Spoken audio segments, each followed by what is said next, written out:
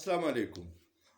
कल ज़मान पार्क पे जो हमला हुआ है उसमें मेन स्ट्रीम मीडिया का जो घुनावना किरदार था वो सबके सामने आ गया है। जियो टीवी, चैनल 24 और समा ने जिस तरह इंतहाई बेगैरती का मुजाहिरा किया, ये तो शुक्र है कि सोशल मीडिया के मुजाहिद वहाँ थे।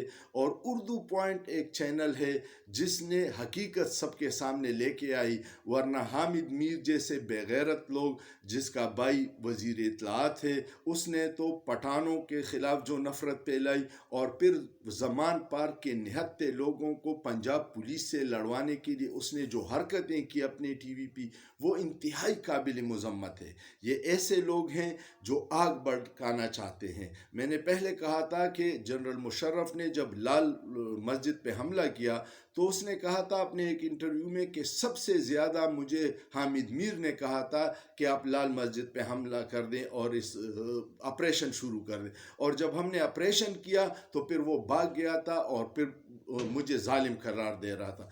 ये ऐसे छुपे भेड़िए हैं मीडिया में जो आग भड़काना चाहते हैं, जो अवाम और इदारों को आपस में लड़ाना चाहते हैं। ज़मान पार्क से कभी वो शराब बरामद कर रहे थे, कभी ये टीवी पे लाइव वो बता रहा था कि ज़मान पार्क की तरफ से गोलियां चल रही हैं। ये ऐसे गद्दार लोग हैं। ऐसे में मुझे अल्फाज गुस्से में नहीं आ रहे कि मैं उनके लिए कहूँ, ये आग भड़काने वाले भेड़िए हैं। इनसे जितना बचा जाए कम है।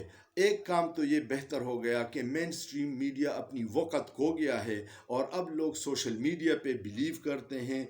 आप अगर एक बयानिया बनाने की कोशिश करते हैं लिफाफा मुंह में लेके इश्तिहार के लालच में, उसका तोड़ 100 रुपए का पैकेज डाल के सोशल मीडिया का एक वर्कर वहाँ होता है और वो तस्वीर का असल रुख दिखा देता है और आप सबके मुंह काले हो जाते हैं। इसलिए आवाम के साथ खड़े रहिएगा, गद्दारी मत कीजिएगा, मीडिया पे गलीज़ प्रोपेगंडे से परहेज़ कीजिएगा ताकि आपकी क्रेडिबिलिटी बहाल रहे। वरना एक वक्त आएगा कि मेन स्ट्रीम मीडिया को देखने वाला कोई नहीं होगा। सोचिए, सोचना जुर्म नहीं है।